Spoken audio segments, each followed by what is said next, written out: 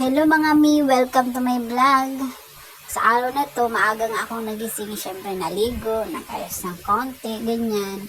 Tapos, syempre, ganyan naman tayo mga Pinoy, hindi makalabas ng bahay pag hindi naliligo, nag-aayos. So, ganyan, diba? Oh, no. Arte-arte ko dyan, charot.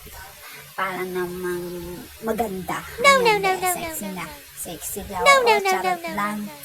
Ayan, kailangan kong mag-flat shoes pala mga mi kasi yung lalakarin ko medyo malayo-layo yan, 500 meters away from sa bahay namin papunta ng highway. Kaya kailangan mo rin magpayong, o diba, sino ka dyan? Pak na pak. Tapos dito sa highway, dyan ka mag-aabang ng papunta sa downtown. Sasakay ka ng tricycle, o diba, nakasakay na ako. Tapos